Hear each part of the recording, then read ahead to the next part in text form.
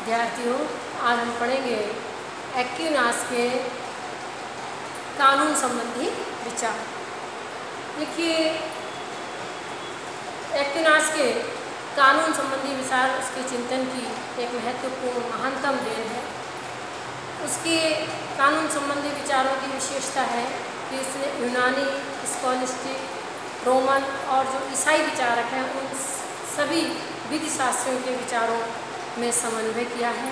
जैसे उसने यूनानी विचारकों की भांति ये स्वीकार किया है कि कानून, यूनानी विचारकों ने कहा कि कानून विवेक की अभिव्यक्ति होते हैं। रोमन विधि शास्त्रियों ने कहा कि कानून संप्रभ अर्थात एक व्यक्ति की इच्छा का आदेश होता है, संप्रभ की इच्छा का आदेश होता है।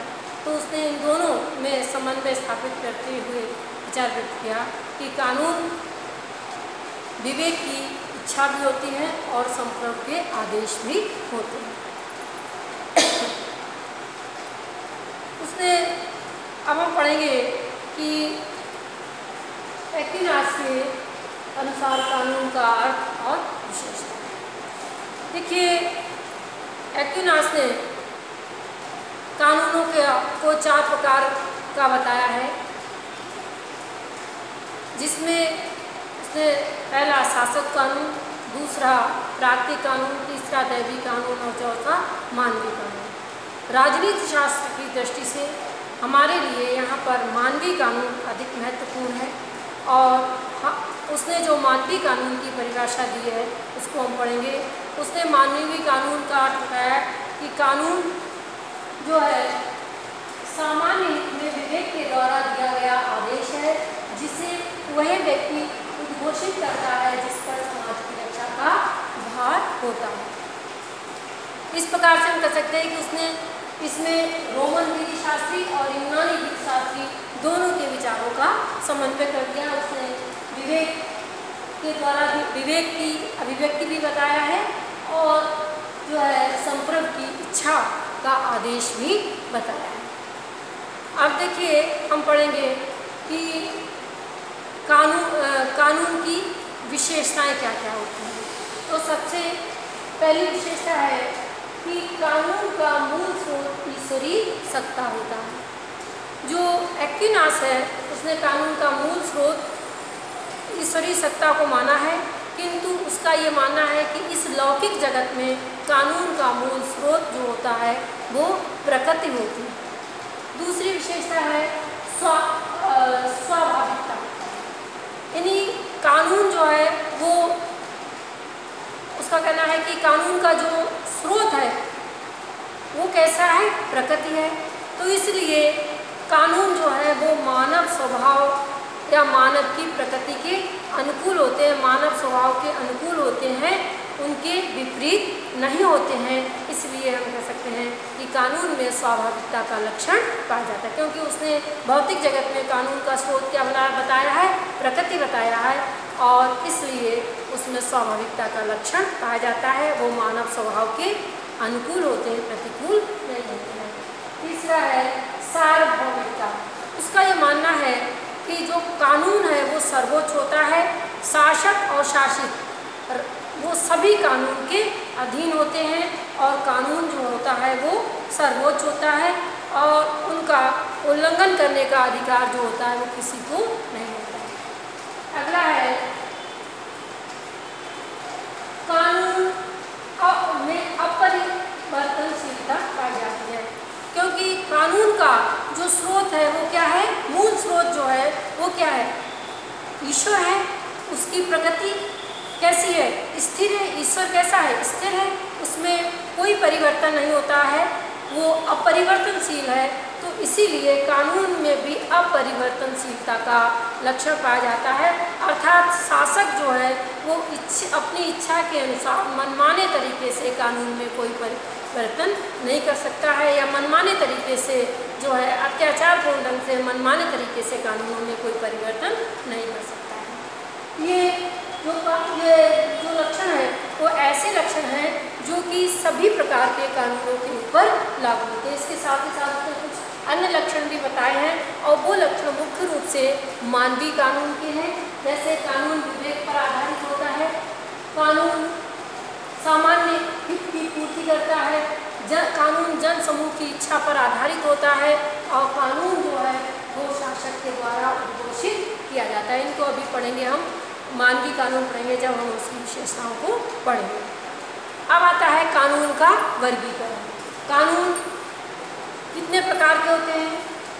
एक्विनास ने कानूनों को जो है 4 आधार पर वर्गीकृत किया है और उसका मानना है कि ये यद्यपि 4 रूप हैं, लेकिन कानून के ये चारों रूप या सभी स्तरों पर कानून ईश्वरीय सत्ता का प्रकटीकरण ही है। इस प्रकार से उनमें जो है उसने कहा कि मूलभूत कानून शाश्वत कानून है और अन्य कानून जो है 3 कानून शाश्वत कानून के उपभेद ही है। सबसे पहला है शाश्वत कानून। उसने कहा कि जो शाश्वत कानून होते हैं वो ईश्वरीय विवेक की देन होते हैं। ये वे कानून होते हैं जिनके द्वारा ईश्वर जो है वो समस्त सृष्टि की उत्पत्ति करता है, उसका निर्माण करता है, सृष्टि का संचालन करता है और संपूर्ण सृष्टि की व्यवस्था करता है। इस प्रकार से जो शाश्वत कानून है वो सर्वोच्च ईश्वरीय विवेक का प्रतीक होते हैं। और उसने कहा कि चूँकि ये कानून ईश्वरीय विवेक की अभिव्यक्ति हैं, ईश्वर तो ऐसी स्थिति में मनुष्य जो है वो अपनी सामान्य बुद्धि और विवेक के द्वारा उन कानूनों को समझने में असमर्थ रहता है। और ऐसी स्थिति में वो कहते हैं कि उन कानूनों को समझने में असमर्थ रहने के कारण मनुष्य क्या लेता है? भाग्य का सहारा लेता है। सेवाइन जैसे विचारकों ने इन कानूनों के संबंध में कहा कि एक्विनास के अनुसार ये कानून दैवी बुद्धि की शाश्वत योजना है जिनके द्वारा संपूर्ण सृष्टि की व्यवस्था की जाती है। अब दूसरा है प्राकृतिक कानून। अब उसने कहा कि जो प्राकृतिक कानून होते हैं वो शाश्वत कानूनों से ही उत्पन्न होते हैं या इनका आधार शाश्वत कानून होता है। अब उनका कहना है कि ये कानून जो है वो शाश्वत कानूनों की तुलना में अधिक स्पष्ट होते हैं और सरल होते हैं। मनुष्य अपने सामान्य विवेक के द्वारा इन्हें समझने में समर्थ होता है। ऐसा और उसने कहा कि ये कानून जो है व्यक्ति को सद्गुणी जीवन जीने की प्रेरणा देते हैं। उसका कहना है कि ये मनुष्य इन्हें समझने में समर्थ क्यों होता है या मनुष्य के स्वभाव के अनुकूल क्यों होते हैं। उसका कहना है कि शाश्वत कानूनों को मनुष्य जो है अपनी सामान्य बुद्धि और विवेक के द्वारा समझ नहीं पाता है, तो ईश्वर उन कानूनों को जन्म के समय ही मनुष्य के हृदय में आरोपित कर देता है, मनुष्य के हृदय में स्थापित कर देता है। तो ऐसी स्थिति में फिर जन्म के बाद मनुष्य जो है वो उन कानूनों को अपनी बुद्धि और विवेक से समझने में समर्थ हो जाता है। और वो कहते हैं कि ये कानून जो है प्राकृतिक कानून इसलिए मनुष्य की प्रकृति के अनुकूल होते हैं, मनुष्य उन्हें समझने में समर्थ होता है और ये मनुष्य को सद्गुणी जीवन जीने की प्रेरणा देते हैं। और इसीलिए जो है ये प्राकृतिक कानूनों के कारण ही मनुष्य के अंदर जो है एक तरीके से हम कह सकते हैं कि मनुष्य जीवन जीने की कामना पाई जाती है, संतानोत्पत्ति की कामना पाई जाती है, संतान के लालन पालन की भावना पाई जाती है, सामाजिकता की प्रवृत्ति पाई जाती है, सत्य और जो हम कह सकते हैं कि सत्य के प्रति जिज्ञासा और प्रेम की भावना पाई जाती है, सत्य और न्याय के प्रति अनुराग की भावना पाई जाती है, असत्य और अन्याय के प्रति वैरागी की भावना पाई जाती है। ये सब इसीलिए है क्योंकि इनका आधार जो होता है वो शाश्वत कानून होता है। नेक्स्ट है दैवी कानून।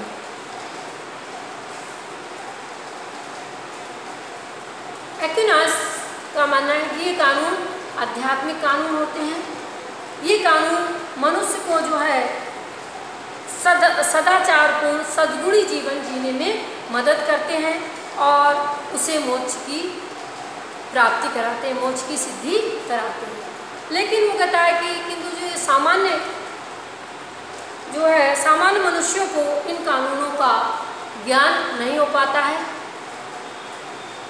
इन कानूनों का ज्ञान उन व्यक्तियों को होता है जो कि शुद्ध आत्मा वाले होते हैं, या जो शुद्ध आत्मा वाले मनुष्यों को ईश्वरीय अनुभूति के रूप में, उपबोध के रूप में उनका ज्ञान होता है। और इस प्रकार से जो है हम ये कह सकते हैं कि इन कानूनों का ज्ञान ईश्वरीय प्रसाद के रूप में शुद्ध आत्माओं को ही होता है, सामान्य मनुष्यों को इनका ज्ञान नहीं हो पाता है। इसीलिए इन्हें ईश्वरीय संदेश या दैववाणी कहकर पुकारा जाता है। ईसाई जगत के संबंध में उसने दो प्रकार के कानून बताए हैं। इस प्रकार के दो कानून हैं, प्राचीन कानून और नवीन कानून। प्राचीन दैवी कानून ओल्ड टेस्टामेंट में संग्रहित है, और जो नवीन दैवी कानून है वो न्यू टेस्टामेंट में संग्रहित है। और उसका कहना है कि ईसा मसीह को जो इन कानूनों की अनुभूति हुई, दैवी संदेशों के माध्यम से ईसा मसीह को इन कानूनों की अनुभूति हुई, और बाद में इन शुद्ध आत्माओं के द्वारा उन कानूनों को जो है धर्म ग्रंथों में संग्रहित कर दिया गया या कर दिया जाता है। इस प्रकार से उनका कहना है कि ईसा, और इसके बाद उनका कहना है कि इन धर्मात्माओं के बाद भी, या शुद्ध आत्माओं के बाद भी, या ईसा मसीह के बाद भी समय समय पर इन कानूनों की अनुभूति जो है वो चर्च के माध्यम से पोप इत्यादि को होती रही है। अब उसका मानना है कि जो दैवी कानून है उनका विशेष महत्व है। इनका महत्व क्या है कि जब किसी समस्या के संबंध में मनुष्य अपनी विवेक और बुद्धि के द्वारा उनका निर्णय करने में असमर्थ हो जाते हैं, तब इन कानूनों का वो सहारा लेते हैं। या दैवी कानून जो है नागरिकों और प्रशासकों को उन क्षेत्रों में प्रेरित करने का ईश्वरीय तरीका है जहाँ पर मनुष्य की बुद्धि पहुँच नहीं पाती है। तब जो है इन कानूनों का सहारा लेकर उन समस्याओं का समाधान किया जाता है। लेकिन उसका ये मानना है कि इन कानूनों की उपयोगिता या महत्व उन लोगों के लिए ही होती है जो कि कैसे होते हैं, आस्तिक होते हैं। लेकिन नास्तिकों के लिए इन कानूनों का कोई महत्व नहीं होता है। लेकिन उसने कहा कि जो प्राकृतिक कानून है वो प्राकृतिक कानूनों से इनका अंतर है, क्योंकि प्राकृतिक कानून सभी के ऊपर समान रूप से लागू होते हैं, लेकिन दैवी कानूनों का महत्व आस्तिकों के लिए ही होता है, नास्तिकों के लिए नहीं होता है। लेकिन इसके बावजूद उन्होंने कहा कि चाहे वो दैवी कानून हो चाहे शासक कानून हो, सभी का स्रोत जो है वो कौन होता है, ईश्वर होता है। अगला है और चौथा कानून है मानवीय कानून। देखिए, मानवीय कानूनों का आधार प्राकृतिक कानून होता है, क्योंकि मनुष्य अपने विवेक के द्वारा प्राकृतिक कानूनों को समझने में समर्थ होता है। ऐसी स्थिति में वो अपने विवेक के द्वारा प्राकृतिक कानूनों को समझ करके समाज हित में सामान्य नियम बनाता है। वो नियम परंपरा के रूप में स्थापित हो जाते हैं, और फिर उसके बाद उन नियमों को राज्य के द्वारा स्वीकार कर लिया जाता है, और वो मानवीय कानून का रूप धारण कर लेते हैं। और इसीलिए उसने मानवीय कानून की परिभाषा देते हुए कहा कि कानून सामान्य विवेक के द्वारा दिया गया वह आदेश है जिसे वह व्यक्ति उद्घोषित करता है जिस पर समाज की रक्षा का भार होता है। प्राकृतिक कानून और मानवीय कानूनों में भी जो है कुछ अंतर होता है।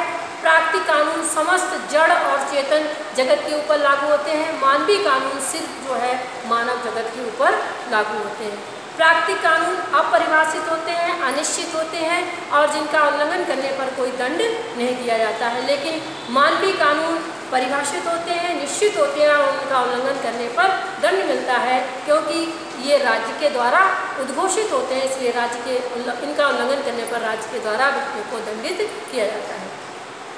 मानवीय कानूनों की कुछ विशेषता है, जैसे पहला है विवेक पर आधारित। मानवीय कानून जो है वो विवेक पर आधारित होते हैं।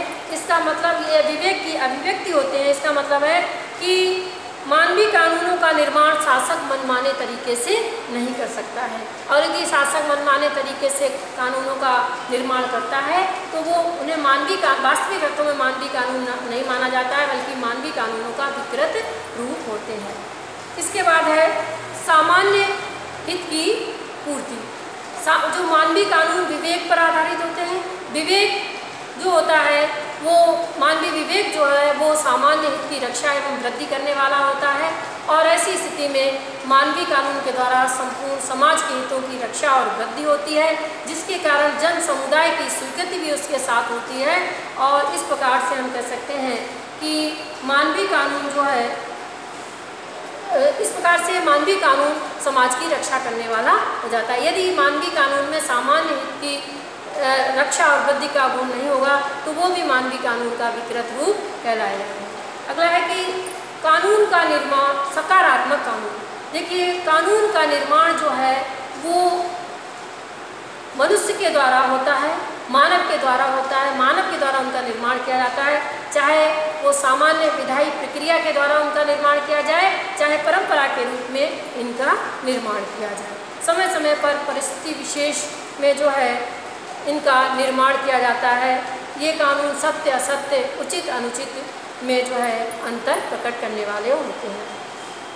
और उसके बाद जो है हम कह सकते हैं कि लौकिक क्षेत्र का, उसकी अगली विशेषता है कि लौकिक क्षेत्र का कानून होता है। मानवीय कानून का संबंध मनुष्य के इस लोक से होता है या मनुष्य के भौतिक जीवन से संबंधित होता है, आध्यात्मिक जीवन से इसका कोई संबंध नहीं होता है, या आध्यात्मिक जीवन के क्षेत्र में ये कोई हस्तक्षेप नहीं करता है। इसके बाद है कि मानवीय कानून दंड देने में समर्थ होता है। देखिए, मानवीय कानून का निर्माण राज्य के द्वारा किया जाता है और इसके पीछे राज्य की दंड शक्ति होती है, इसलिए कोई भी उल्लंघन करता है तो उल्लंघन करने पर मनुष्य को दंड मिलता है। और मानवीय कानून प्राकृतिक कानूनों के अनुकूल होता है, क्योंकि इनका स्रोत जो होता है वो प्राकृतिक कानून होता है। और प्राकृतिक कानून जो है हम कह सकते हैं कि मानवीय कानून जो है वो प्राकृतिक कानूनों की ही अभिव्यक्ति है, उनका ही प्रकटीकरण है, इसलिए ये कभी भी प्राकृतिक कानून के विपरीत नहीं होता है। मनुष्य के स्वभाव के विपरीत कभी भी नहीं होंगे, मनुष्य के जो है स्वाभाविकता के विरुद्ध नहीं होंगे। जैसे इस प्रकार का कोई कानून नहीं बनाया जा सकता है कि मनुष्य समाज में ना रहे, मनुष्य सत्य से प्रेम ना करे, न्याय से प्रेम ना करे, संतानोत्पत्ति ना करे, बच्चों का पालन पोषण ना करे। इस प्रकार का कोई भी कानून नहीं बनाया जा सकता है। शासक ऐसा का कोई भी कानून नहीं बना सकता है। और यदि जो है बनाता है तो हम कह सकते हैं कि जनता जो है वो उन कानूनों का पालन करने के लिए बाध्य नहीं होती है और इनका उल्लंघन किया जा सकता है।